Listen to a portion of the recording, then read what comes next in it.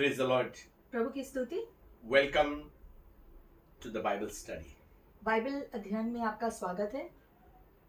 Today we are going to look at the book of James, chapter 4.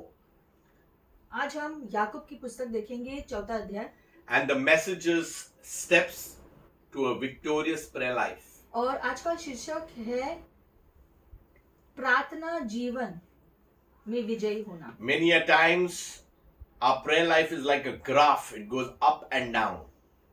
बहुत बार हमारा प्रार्थना का जीवन कभी अच्छा होता है, कभी अच्छा नहीं। When we go for a conference or we are motivated with something, it moves in an uptrend. जब हम कोई मीटिंग में जाते हैं या कॉन्फ्रेंस में जाते हैं तो हमारा प्रार्थना जीवन अचानक से जो बढ़ जाता है। And when we face so much trials and persecutions and challenges, we see sometimes there can be a downtrend. और जब हम कठिनाइयों से गुजरते हैं तो हो सकता है हमारा प्रार्थना जीवन कम होता जाए। And because we are choked by all kinds of stress and pressures. और प्रार्थना जीवन इसलिए भी कम होता है जीवन के दबाव की वजह से। And one of the things that we can do to overcome is to pray.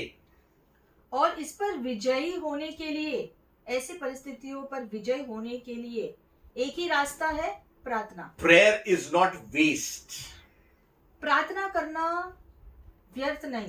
It's the most important thing that we should learn. और प्रार्थना करना हमें सीखना जरूरी है। If you go to Luke 11:1, लूका 11वां अध्याय पहला वचन अगर हम देखते हैं, the disciples of Jesus, they come and they ask Jesus for something. यीशु के शिष्य यीशु के पास आकर यीशु से कुछ पूछते हैं। They did not ask him how to heal the sick. उन्होंने ये नहीं पूछा कि जो बीमार है उनको चंगा कैसे करे। They did not ask him how you did feed the 5,000. या फिर यीशु से ये नहीं पूछा कि 5,000 लोगों को आपने भोजन कैसे दिया। They did not ask him how did you raise the dead. उन्होंने ये भी नहीं पूछा कि जो मृत थे उनको फिर से जीवित आपने कैसे किया। They were not interested in the secret of knowing how the lame man walked.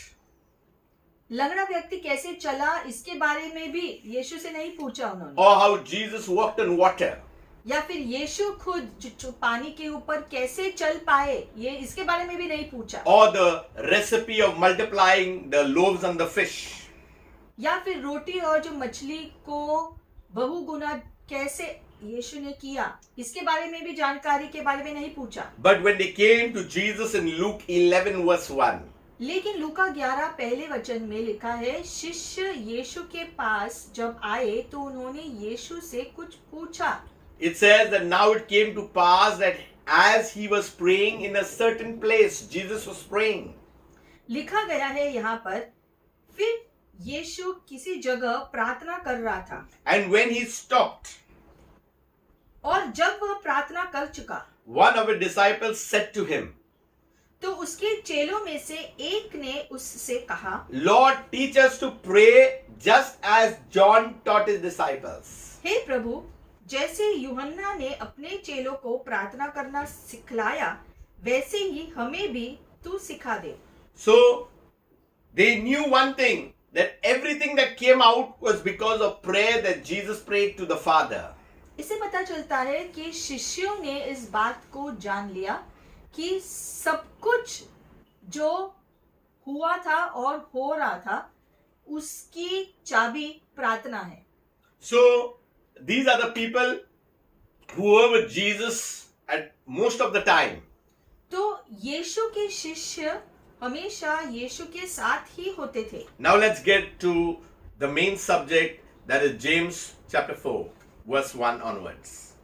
और हम देखेंगे अब याकूब की पुस्तक चौथा अध्याय पहले वचन से हम जो पढ़कर इसके बारे में और जानेंगे। The author is saying, where do wars and fights come from among you?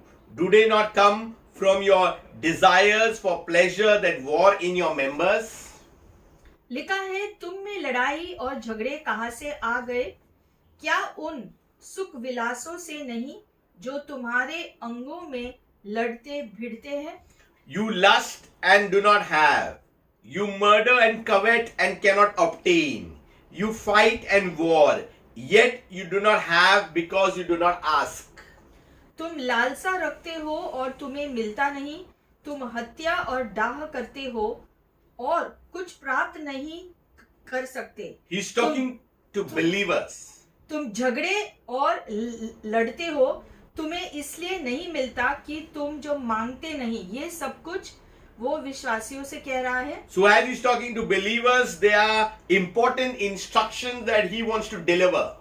हम देखते हैं यहाँ पर ये सब कुछ विश्वासियों से कहा जा रहा है और ये दिखाने के लिए कि अपना जीवन कैसे जीना है। He has understood that there were fights among them, there was strife, there was disunity.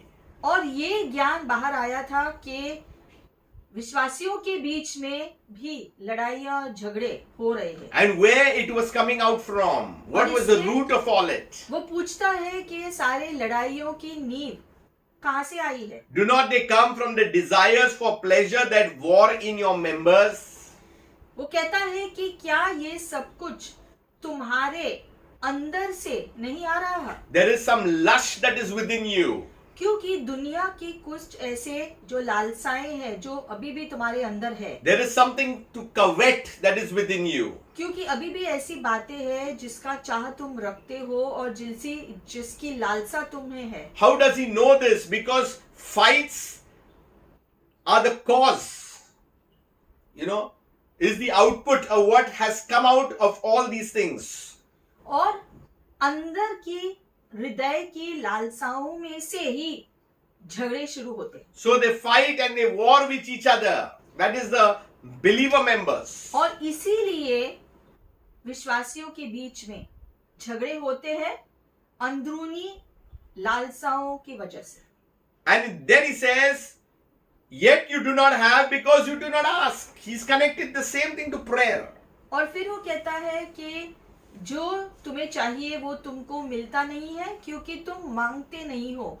ये उसने प्रार्थना के साथ जोड़ दिया जो वो कह रहा था। So the first two verses, the heading is avoid forsaken praying. और इसीलिए जो है यहाँ पर हमको जो सीख मिलता है कि जो है व्यर्थ प्रार्थना नहीं करो। What is forsaken praying is we are trying to do our own without surrendering it to God. मतलब कि हम खुद की इच्छा करना चाहते हैं सिवाय इसके कि हम प्रभु को अनुमति दें उसकी इच्छा हमारे जीवन में करने की। We are using our own mind and logic to solve things. चीजों को सुलझाने के लिए हम अपना ज्ञान का इस्तेमाल करते हैं। We are addressing the issues of life according to our own experiences. और जीवन के चीजों को सुलझाने के लिए अपने अनुभव के सीख का इस्तेमाल करते हैं। We are solving problems how the world is doing it. और जिस प्रकार से दुनिया करती है वही रास्तों को हम भी अपने जीवन में अपनाते हैं। We are not bringing it to the altar. We are not bringing it before God. और चीजों को हम परमेश्वर के सामने नहीं लेकर आते हैं ताकि प्रभु उस चीजों को सुलझाए। And that's why there is a competition that goes on. ऐसा जब होता है तो लोगों के बीच में एक स्पर्धा शुरू होता है। And that's why there is envy, there is jealousy, there is strife, and there is bitterness and rage. उसकी वजह से हृदय से कड़वाहट निकलता है, एक दूसरे के प्रति क्रोध निकलता है, एक दूसरे के प्रति सारे नकारात्मक चीजें निकलती है। James is saying you murder and covet. That means you are spoiling someone's name. और आगे लिखा है कि आप हत्या करते हो, किसी का नाम खराब करते हो। When you gossip, that means you are murdering someone's name. You are murdering that person's image. और जब इस प्रकार से दूसरों के बारे में आप जो बातें करते रहते हो, ऐसा करने से दूसरों का नाम का आप हत्या करते हो। Covet is greediness. लालसा रखना यानी कि जो है दूसरों की चीजें आप चाहते हो अपने लिए। Many want to use others. कुछ लोग ऐसे भी हैं जो दूसरों का सिर्फ इस्तेमाल करते हैं अपने जीवन के लिए। So you try to do all these things, but you cannot get it, you cannot obtain it. तो ऐसी सारी चीजें दुनिया के रास्तों में चलकर भी अगर कोई परिश्रम करता है तो आप असल में का धन प्राप्त नहीं कर सकते, You try to work out your own way. क्योंकि आप खुद के परिश्रम से रास्ता निकालना चाहते हो। He clearly says you fight and war. These are not good words. लिखा है कि तुम झगड़े करते हो, युद्ध लड़ते हो एक दूसरे के विरोध, Yet you do not have because you do not ask. You have not come to the position of praying. इतना सब कुछ करने के बाद भी तुम्हें असल में जो चाहिए तुम प्राप्त नहीं करते हो। We fail many times because we try to work it in our own lives, and then if it fails, then we bring it to God because then we have no choice. इसलिए होता है ये क्योंकि हम अपने परिश्रम से अपनी इच्छा को पूरा करना चाहते हैं, और जब कोई रास्ता नहीं बचता है कोशिश करने के लिए, तब उसके बाद हम परमेश्वर के पास जाते हैं, ये कहते हैं कि प्रभु आप करो। That's why in Luke 11 it says that the disciples, they saw Jesus praying, and then when he stopped, one of them asked him, teach us to pray as John taught his disciples. और इसलिए लूका 11 में लिखा गया है कि यीशु के शिष्यों ने जब देखा कि यीशु प्रार्थना कैसे कर रहे थे, और जब यीशु की प्रार्थना खत्म हुई तो शिष्यों ने यीशु से कहा हमें भी प्रार्थना करना सिखाओ यीशु, जैसे कि यूहन्ना ने उसके शिष्यों को प्रार्थना करना सिखाया। So if John taught his disciples, we know that we are going to get something better and something more from Jesus himself. उन्होंने जान लिया कि अगर यूहन्ना अपने चेलों को प्रार्थना करना सिखा सकता है, तो यीशु आप जो हमें सिखाओगे प्रार्थना करना वो ज्यादा अर्थमय होगा। And that's why Jesus came out with a prayer about the Our Father. और इसीलिए फिर यीशु ने ए मेरे पिता ये प्रार्थना शिष्यों को सिखाया। That means we can get connected directly to God. We do not need mediums. जिसका मतलब है कि हम सीधे सीधे हमारे परमेश्वर से संपर्क रखकर जो खुद ही बातें कर सकते हैं परमेश्वर से, हमें किसी और व्यक्ति की जरूरत नहीं है जो हमारी ओर से परमेश्वर से बात करे। Yes, in one sense there could be people praying for you, encouraging you, urging you, supporting you. That's a different issue. हाँ, ये अलग बात है कि दूसरे हमारे लिए प्रार्थना कर सकते हैं, हमारे लिए परमेश्वर से जो मध्यस्थी कर सकते हैं, हमारे लिए प्रार्थना में उपवास कर सकते हैं या जो विनती रख सकते हैं, वो अलग बात है। We know that the temple curtain was torn. And now we can approach God confidently before the throne of grace. हम जानते हैं कि जो मंदिर का जो पर्दा ऊपर से शुरू करके नीचे तक जो फट गया था, उसका ये मतलब था कि अब हर मनुष्य खुद ही परमेश्वर के साथ मिलकर परमेश्वर के सामने खुद अपनी बात रख सकता है। So what does forsaking prayer mean? Avoiding. We need to avoid forsaking prayer. तो क्या मतलब है कि व्यर्थ प्रार्थना नहीं करना है? You know, there was a boy, little boy, एक कहानी है यहाँ पर एक छोटे से लड़के के बारे में, and he was playing with his ball, और वो लड़का अपने गेंद के साथ खेल रहा था, and the ball went under a large stone. और वो गेंद एक जो बड़े पत्थर के नीचे चला गया। He tried his best to try to get the ball out, उसने बहुत कोशिश की अपना हाथ डालकर उस गेंद को बाहर निकालने but की, then he thought it's not possible लेकिन फिर बहुत कोशिश के बाद उसने समझा कि ये संभव नहीं है, because it went right inside. क्योंकि वो पत्थर के Underneath. नीचे बहुत ही अंदर जो चला गया था। So he thought to himself, he will move that stone and then he would get the ball. तो उसने सोचा कि मेरे इस गेंद को प्राप्त करने के लिए इस जो बड़े से पत्थर को ही हटाना पड़ेगा तो ही मिलेगा। His father was sitting nearby and he was watching him. लड़के के पिता दूर बैठकर ये सब कुछ देख रहा था, And the young lad was pushing the stone.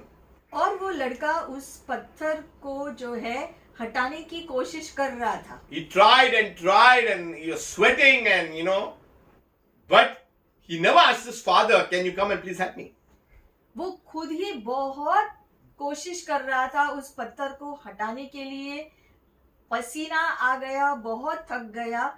इसके बावजूद उसने अपने पिता से जो मदद नहीं मांगी उस पत्थर को हटाने के लिए, हालांकि उसने देखा कि उसके पिता वहां बैठे हैं। He brought a large branch of tree and put it so that he could push the stone away. और जो पेड़ की जो डाली को भी उसने तोड़कर इस्तेमाल किया इस कोशिश में, ताकि वो पत्थर हट सके। In fact, the branch broke. बल्कि वो डाली ही टूट गई। He had no option now. तो पूरी कोशिश उसने की, कुछ नहीं हुआ। So he looked to his dad फिर उसने अपनी निगाहें अपने पिता के पास डाली। and he said, Dad, my ball has gone underneath.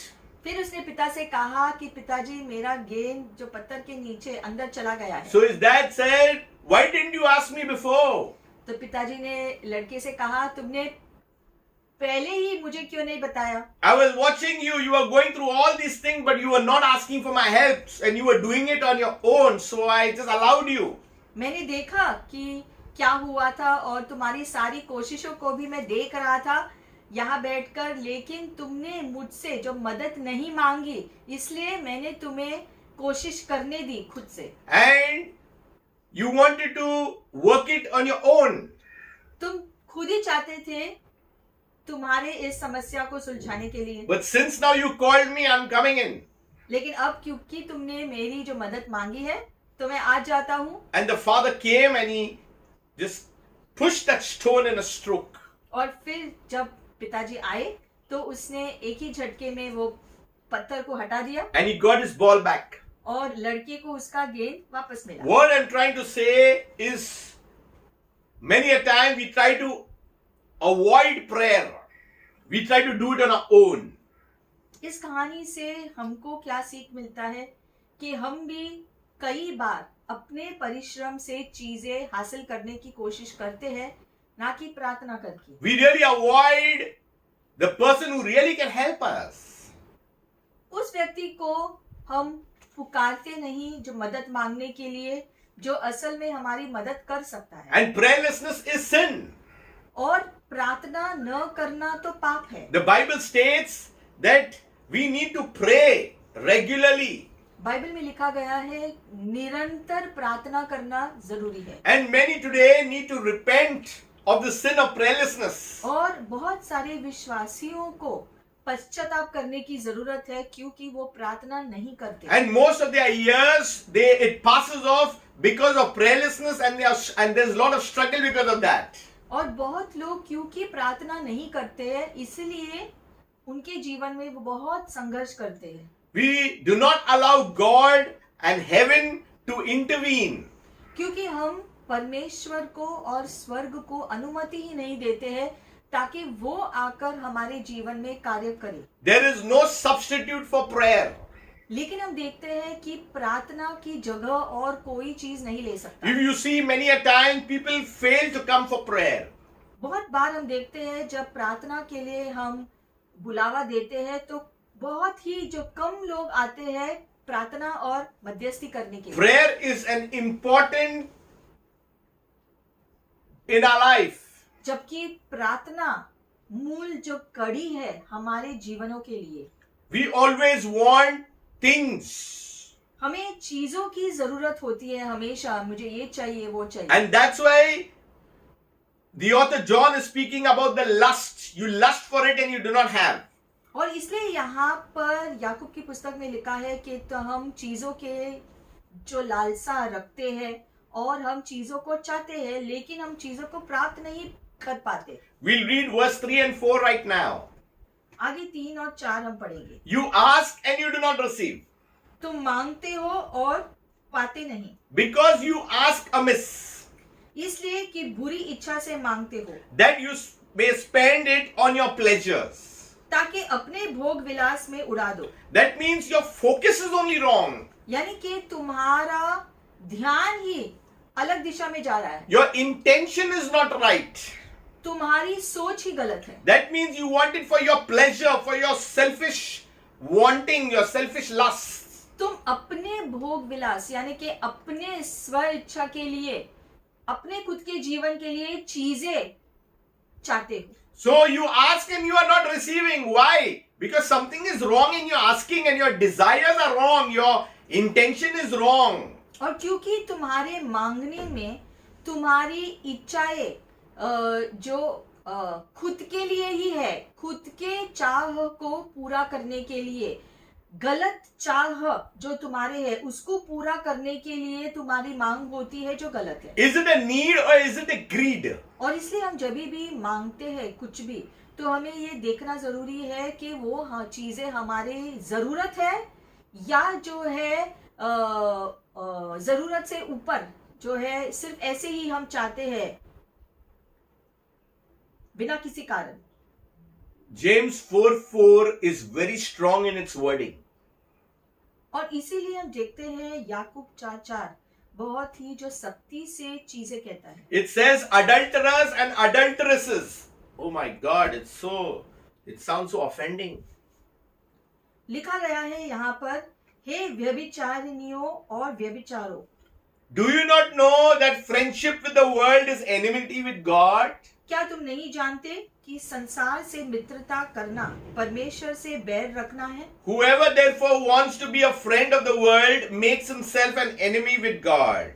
सो जो कोई संसार का मित्र होना चाहता है वह अपने आप को परमेश्वर का बैरी बनाता है. So the first part was avoid forsaken praying. तो पहला भाग था कि व्यर्थ प्रार्थना को न करो. And the second is avoid foolish praying. और दूसरा अब है कि मूर्खता से प्रार्थना मत करो. What does James is trying to bring out when he's saying adulterers and adulteresses? तो यहाँ पर जो याकूब कह रहा है कि यहाँ पर व्यभिचारों और व्यभिचारियों ने जो किया है उसका इससे क्या लेना देना. He's saying that you are like unfaithful wives. वो कह रहा है कि तुम जो है विश्वसनीय पति या पत्नी की तरह हो. Having an illicit love affair with the world and breaking your marriage vow to God. मतलब कि तुम्हारा जो विवाह परमेश्वर के साथ हुआ है उसको छोड़ तुम अपना ध्यान मन दुनिया में लगा रहे हो. ये कैसे तुम कर सकते. I'll give you an example. उदाहरण के तौर I'll try my best to keep it in line with this.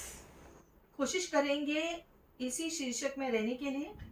There is a husband and there is a wife.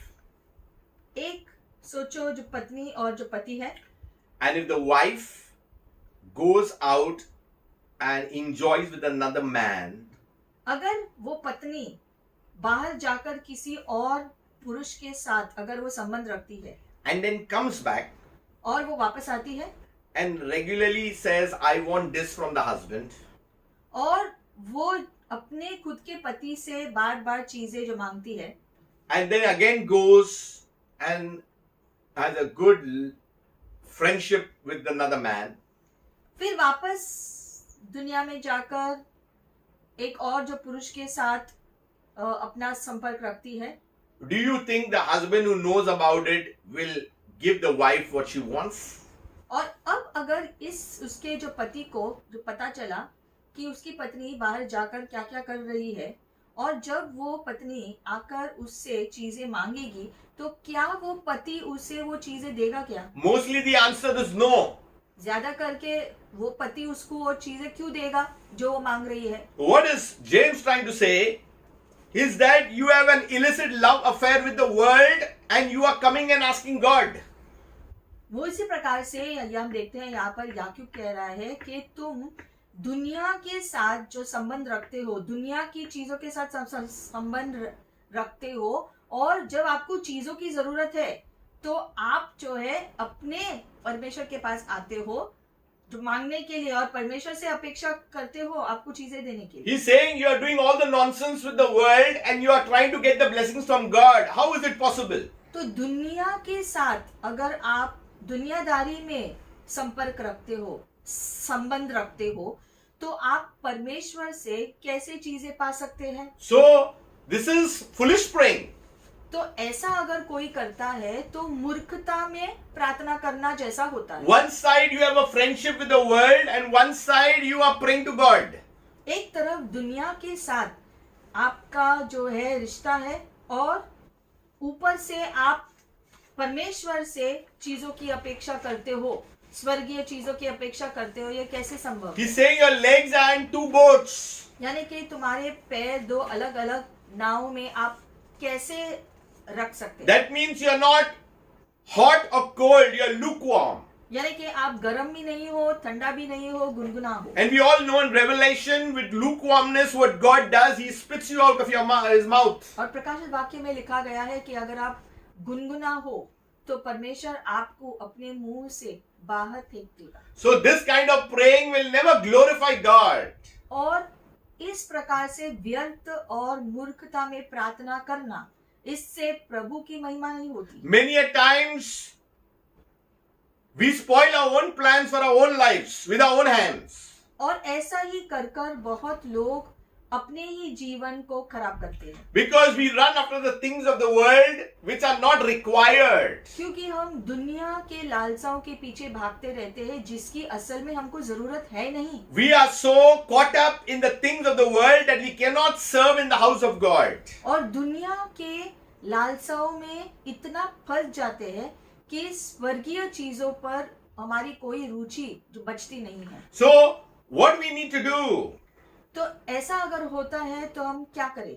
See, if you see verse 5 it says, or do you think that the scripture says in vain, the spirit who dwells in us yearns jealously? क्या तुम यह समझते हो कि पवित्र शास्त्र व्यर्थ कहता है क्या? जिस आत्मा को उसने हमारे भीतर बसाया है, क्या वह ऐसी लालसा करता है जिसका प्रतिफल दाह है? Why? Because we are brought for a price. Because of the blood of Jesus, an atonement has been made. हम जानते हैं यीशु मसीह के लहू से हमारे लिए वो दाम चुका गया है।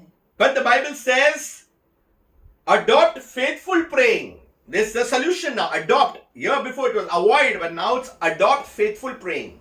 और लिखा गया है आगे के वचन में कि विश्वसनीय प्रार्थना करना शुरू करो। So, but before that, we need to get rid of all these things. लेकिन विश्वसनीय प्रार्थना करने से पहले कौन सा कदम आता है कि सारे दुनिया के लालसाओं से संबंधित चीजों को छोड़ देना है। We can enjoy both.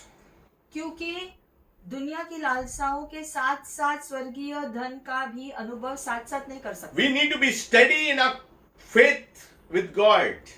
परमेश्वर पर हमारा विश्वास और भरोसा स्थायी रीति से रहना जरूरी है। That's why problems will continue. और इसलिए जो है कि दुनिया में समस्याएं तो हमेशा जारी ही रहती है। However, how much you pray, it doesn't work out. और जितना भी प्रार्थना करो कमी होता है। Because we pray amiss. इसलिए ऐसा होता है क्योंकि हम गलत प्रार्थना करते हैं। Because it is not in line with God's word. परमेश्वर के वचन के अनुसार हमारी प्रार्थना होती नहीं है, इसलिए वो स्वीकारा नहीं जाता। There is a lot of wavering. और हमारी प्रार्थना में स्थायीपन नहीं होता। It is not in the plan of God. और परमेश्वर के योजना के अनुसार नहीं होता। We do it according and structured according to how we have patterned in our minds. और हमारी प्रार्थना हम इस प्रकार से करते हैं जिस प्रकार से हमने अपना खुद का मन जो बना लिया हो, खुद के चाह के अनुसार। We listen to wrong people. और गलत लोगों की बातें सुनकर हम उसके असर की वजह से गलत प्रार्थना We करते hear हैं। wrong voices. गलत आवाजों को सुनकर हम चीजें करते हैं। But God has always kept a solution for everything. Even though we go wrong, there's a solution. लेकिन जब हम गलत भी होते हैं तभी भी परमेश्वर जो है चीजों को सुलझाता है ताकि हम सही रास्ते पर आ सके। So in this first part, we have seen two things. तो हमने दो बातें सीखी। One is to avoid forsaken praying. एक है अयोग्य प्रार्थना नहीं करनी है। Then is to avoid foolish praying. मूर्ख प्रार्थना नहीं करनी है। And दूसरी चीज to come to the altar और प्रभु की वेदी के पास आना जरूरी है। and to know that the Spirit of God dwells in us. We are the temple of the Holy Spirit. ये जानते हुए कि हमारा शरीर पवित्र आत्मा का मंदिर है। So now we will move to the second part. तो अब हम दूसरे भाग में जाएंगे। So, welcome to the second part. तो दूसरे भाग में आपका स्वागत है। The second part, it speaks about adopting faithful praying. अब हम देखेंगे विश्वसनीय प्रार्थना कैसे करें। Steps to a victorious prayer life. हमारे शिक्षण का जो शीर्षक हमने शुरू किया था, एक विजयी प्रार्थना जीवन कैसे हो। James 4:6 onwards. याकूब 4:6 से हम पढ़ने वाले। So, we need to be sensitive to the Holy Spirit. सबसे पहले पवित्र आत्मा क्या कह रहा है उसे सुनना जरूरी है। Verse 6 says, but he gives more grace. Therefore he says, God resists the proud, but gives grace to the humble. वह तो और भी अनुग्रह देता है, इस कारण यह लिखा है कि परमेश्वर अभिमानियों से विरोध करता है पर दीनों पर अनुग्रह करता है। That means the moment you are sensitive, you become submissive. मतलब कि पवित्र आत्मा जो कह रहा है, जब हम सुनते हैं तो हम खुद को समर्पण करते हैं। In adopting faithful praying, you first need to be sensitive. और विश्वसनीय प्रार्थना जीवन में रहने के लिए सबसे पहले पवित्र आत्मा जो कह रहा है वो सुनना और समझना जरूरी है। We need to hear the voice of God. परमेश्वर की आवाज को सुनना जरूरी होता We है। need to understand the nudge of the Spirit. पवित्र आत्मा क्या कह रहा है ये समझना जरूरी है और उसे अपनाना जरूरी है। We need to understand the impression that comes upon our hearts. और प्रभु हमारे हृदय से जो बात करते हैं उसको जान लेना और समझ लेना बहुत जरूरी होता है। So he gives more grace. तो उसके लिए प्रभु हमको उसका अनुग्रह देते हैं। Only when we adopt praying. कब ऐसा होता है? जब हम प्रार्थना करना ठान लेते हैं। And that for faithful praying, not pray one day and come after 6 days. और वो भी विश्वसनीयता से प्रार्थना करते हुए, ऐसा नहीं कि आज किया तो बाकी के 5-6 दिन नहीं किया, ऐसा नहीं। The Our Father says, give us this day our daily bread. That means every day we need to communicate with God. जैसे कि ए मेरे पिता, इस प्रार्थना में लिखा गया है कि प्रभु रोज की रोटी हमें दो, यानी कि रोज के दिन रोज हमें प्रभु के पास आना चाहिए और उससे रोटी पाना चाहिए। And starting to say, Our Father who art in heaven, hallowed be thy name. It doesn't start with give us. Many times we start our prayer with give us. बहुत बार हम हमारी प्रार्थना जब हम करते हैं तो शुरुआत में ही हम कहते हैं प्रभु हमें ये चाहिए वो चाहिए, लेकिन जब यीशु ने हमें प्रार्थना करना सिखाया तो उसने प्रार्थना की शुरुआत में ये कहने के लिए सिखाया कि ऐ मेरे पिता तू जो स्वर्ग में है तुम्हारा नाम धन्य कहा जाए। God resists the proud. और जो घमंडी है ऐसे लोगों को प्रभु दूर रख। Here who have so much pride. यहाँ पर ये वचन विश्वासियों से कहा गया है, यानी कि विश्वासियों से लिखा गया है कि घमंडी नहीं बनो। Those who do not read God's word regularly and do not understand, they are unable to overcome the character of pride. और जो वचन को पढ़कर समझ नहीं पाते हैं, हो सकता है उनके खुद के घमंड की वजह से ऐसा होता है। They have something in them called the know-it-all. मतलब कि उनकी ऐसी सोच होती है कि मुझे सब समझ में आता है, मैं जानती हूँ कि ये ऐसा ऐसा है। And that's where the arrogant spirit comes in. ऐसा अगर हम कहेंगे तो जो है घमंड का जो आत्मा हमारे जीवन में कार्य कर रहा है। The proud, it's very dangerous to have pride because pride goes before a fall. और घमंड से हमें जो बच के रहना जरूरी है, क्योंकि घमंड के साथ साथ हमारा गिरना भी तय होता है। Because grace is the medicine for pride. और घमंड से अगर बाहर निकलना है तो ये प्रभु के अनुग्रह से ही संभव है। But to have grace work in our lives, we must be sensitive and submitted to the Holy Spirit. और अगर अनुग्रह आना है हमारे जीवन में तो उसके पहले जो पवित्र आत्मा हमसे कहता है वो करना जरूरी है। He gives grace to the humble.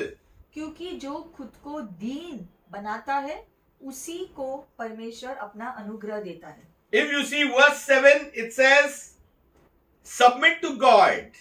7वें वचन में लिखा है कि खुद को परमेश्वर के सामने समर्पण करो, Resist the devil and he will flee from you.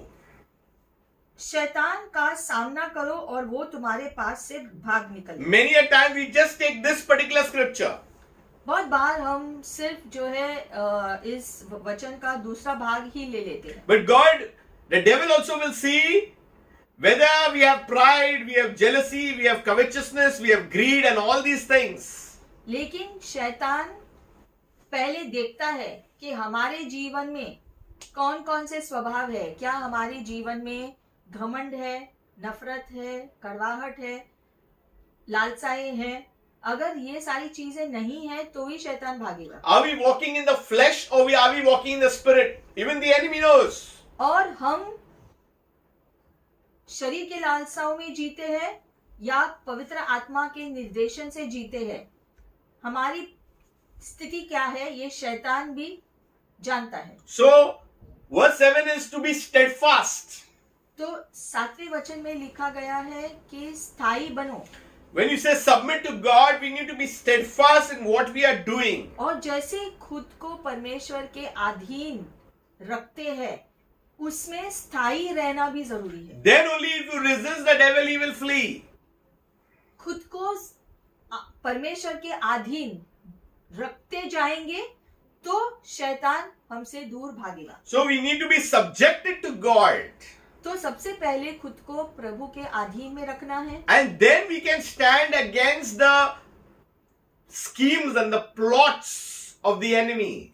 ऐसा करने से शैतान के योजनाओं का हम सामना कर सकते हैं। Verse 8 says, draw near to God and he will draw nigh to you.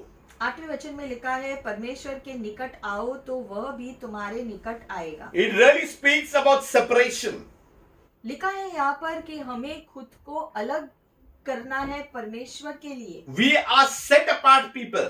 क्योंकि प्रभु ने हमें अलग किया है दुनिया से। That's why he's speaking to those who are following Christ, draw near to God. और वो विश्वासियों से कह रहा है जिन्होंने प्रभु पे विश्वास किया है, उनसे कह रहा है परमेश्वर के और करीब आओ, Days are evil. क्योंकि ये दिन ये समय दुष्ट है। There is wickedness at all places. चारों तरफ देखते हैं तो दुष्टता नजर आती है। So at this time we need to draw near to God, who is holy. ऐसे समय में हमारी दृष्टि परमेश्वर पर लगाना जरूरी है जो पवित्र है। We need to anchor our faith into the things of God. और परमेश्वर के चीजों में विश्वास करना है। We need to recognize that we are sinners. और ये अंगीकार भी करते रहना है कि हम पापी हैं। And get our soiled hands clean. और हमारे गंदे हाथों को साफ करना We जरूरी need to है। ask God, you forgive us and help us and cleanse us. पश्चाताप करके प्रभु से क्षमा मांगना है कि प्रभु हमारी जो मदद करे, हमें शुद्ध करे सारे पापों से। We must realize that at times we were disloyal to God.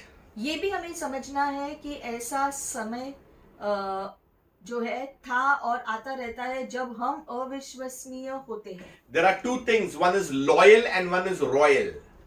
दो चीजें अलग अलग है और ये एक है कि कुछ लोग शाही होते हैं और कुछ जो है वो अस्थाई होते हैं। Many want to be royal but don't want to be loyal. बहुत लोग जो है शाही होना चाहते हैं लेकिन जो है विश्वसनीय रहना नहीं चाहते। But if you are loyal and faithful, then you are definitely going to be royal. क्योंकि अगर आप विश्वसनीय रहते हो निरंतर तो अपने आप से आप शाही कहलाते हो। That's why you are a royal generation. That's why we are called to be loyal. और इसलिए वचन में लिखा गया है कि हम शाही लोग हैं, हमको बुलाहट दिया गया है ऐसे चुने हुए लोगों की तरह जीने के लिए। Royalty will come from loyalty.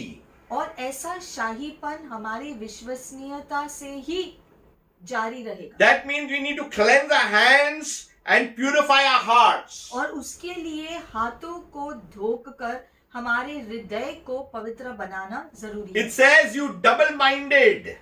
और इसलिए लिखा गया है दो मन धारण किए हुए। These words are very hard, ऐसा शब्द हम जब सुनते हैं तो बहुत कठिन होता है, very difficult to digest. और ऐसी बातें जब हम सुनते हैं तो ग्रहण करना मुश्किल है। Not because we do not want to change, और ये इसलिए नहीं होता कि हम खुद जो बदलना नहीं चाहते, but because many of our areas are trapped in the things of the flesh. लेकिन इसलिए ऐसा होता है कि हमारे जीवन के बहुत सारी चीजें अभी भी दुनिया की व्यवहार में फंसा हुआ है। And the best thing is to come and on the altar. और इसलिए सबसे अच्छा है कि खुद को परमेश्वर के वेदी के सामने अधीनता में खुद को लेकर आए। That's why I'm saying, draw near to God. You come to God. You allow God to work His hands upon your whole being. और परमेश्वर के अधीनता में आने का मतलब है कि हम अपना जीवन का हर एक भाग परमेश्वर के सामने समर्पण करते हैं। सब कुछ हमारे जीवन से जुड़ी हुई बातें प्रभु के सामने रख देते हैं, उसकी इच्छा हमारे जीवन में होने के लिए। Purify your hearts means to purify that to come out of spiritual adultery. हृदय की शुद्धिकरण यानी कि हर प्रकार का व्यभिचार छोड़ देना है। That means we have put God later, not priority, not first. आत्मिक व्यभिचार यानी कि हमने दूसरे चीजों को, दुनिया की चीजों को पहला स्थान दिया, परमेश्वर को पहला स्थान नहीं दिया है हमारे जीवन में। We must get into prayer and check where is our standing with the Lord today. हमें खुद को प्रार्थना में लेकर आते हुए खुद को जांचना जरूरी है कि क्या सच में परमेश्वर को हमने पहला स्थान दिया है हमारे जीवन में कि नहीं। Many a times we keep on condemning and judging people. बहुत बार हम दूसरों पर न्याय करते हैं We keep on talking bad about people. या दूसरों के बारे में बुरी बातें कहते रहते हैं। We need to avoid all these things. ऐसी सब चीजों से दूर ही रहना अच्छा होता है। Verse 9 says, we need to lament and mourn and weep. आगे 9वें वचन में लिखा गया है, दुखी हो और शोक करो और रो। Weep over what? Over our disloyalty to our King and Master and Savior. क्यों रोना है? हमारी हंसी शोक से और तुम्हारा आनंद उदासी से बदल जाए इसके लिए। So once we are sensitive, we have to become submissive. पवित्र आत्मा की वाणी सुनने के बाद खुद को प्रभु के अधीन में ले आना है, ये हमने सीखा। Then we have to become steadfast in our walk in the faith. हमारे विश्वासी जीवन में स्थायी रहना भी जरूरी है। Not one time here, one time there. ऐसा नहीं कि एक बार सुन लिया दूसरी बार नहीं सुन लिया। Then we have to be separated for God. और फिर खुद को अलग करना है प्रभु के सेवा में। And then we have to decide to be sincere in our walk with the Lord. और फिर प्रभु के साथ हमारा जीवन स्थायी रीति से बिताना। Verse 9 says, let your laughter be turned to mourning and your joy to gloom. और इसीलिए लिखा गया है, दुखी हो और शोक करो और रो, तुम्हारी हंसी शोक से और तुम्हारा आनंद उदासी से बदल जाए। What it really means? मतलब क्या है? That means the things of the world must get out. मतलब कि दुनिया की सारी चीजें जो है अभी भी हमारे जीवन में, उसको हमको निकालना है हमारे जीवन से। We need to reject the things of the world that we have kept friendship with. दुनिया की लालसाओं के साथ हमारी जो मित्रता है उसको खत्म करना है। That means we need to reject things that are not of the kingdom of God. ऐसी चीजों को नकार देना है जो परमेश्वर के राज्य के विरोध है। Then it says, humble yourselves in the sight of God and He will lift you up. Hallelujah. और फिर 10वें वचन में लिखा गया है, प्रभु के सामने दीन बनो तो वो तुम्हारे शिरोमणि बनाएगा। This comes out of a humble heart. और ऐसा सिर्फ अधीन हुए हृदय के साथ ही This हो सकता comes है। out of sincerity. सच्चे हृदय से जब हम अधीन होते हैं तो ही आशीषें आती See, हैं। humble yourselves, it really means feeling very insignificant. खुद को अधीन में रखना यानी कि दूसरों के सामने खुद को झुकाना। You know, many people have a wrong idea of this humble. ये जो है नम्रता के बारे में जो है कुछ लोगों को गलतफहमी होती है। If that person is very quiet or reserved, people think they are humble. लोग सोचते हैं कि अगर कोई चुपचाप रहता है या कोई ज्यादा जो बात नहीं करता मतलब वो बहुत ही नम्र है, ये जरूरी नहीं। This person who doesn't wear very good clothes, is normal, he is humble. या फिर कोई साधारण कपड़े ही पहनता है तो मतलब वो बहुत ही नम्र है, जरूरी नहीं। So people have a lot of ideas and their own definition of humbleness. तो लोग अधीनता के बारे में अलग अलग सोच रखते हैं जो शायद गलत हो। Humble means trusting God. अधीन में खुद को रखना इसका मतलब है प्रभु पर विश्वास रखते हुए जाना। Humbling yourself means that we decrease and God increases in our lives.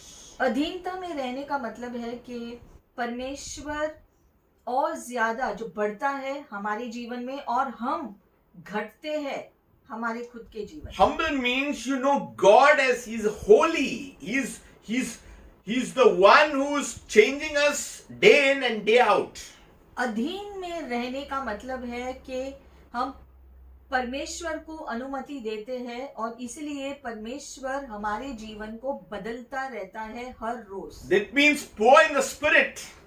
मतलब कि आत्मा में दीन होना। Don't get confused. Poor in the spirit means not weak in the spirit. आत्मा में दीन होने का मतलब ये नहीं है कि तुम आत्मा में कमजोर हो। Poor in the spirit means trusting less on yourself and trusting more on God. आत्मा में दीन होना इसका मतलब है कि आप खुद पे निर्भर नहीं हो लेकिन प्रभु पर निर्भर हो। And it's so encouraging that in the end it says, and He will lift you up. God will lift you up. और अंत में लिखा है ये सब कुछ अगर तुम करोगे तो परमेश्वर आपको उठाएंगे। Let us understand one thing.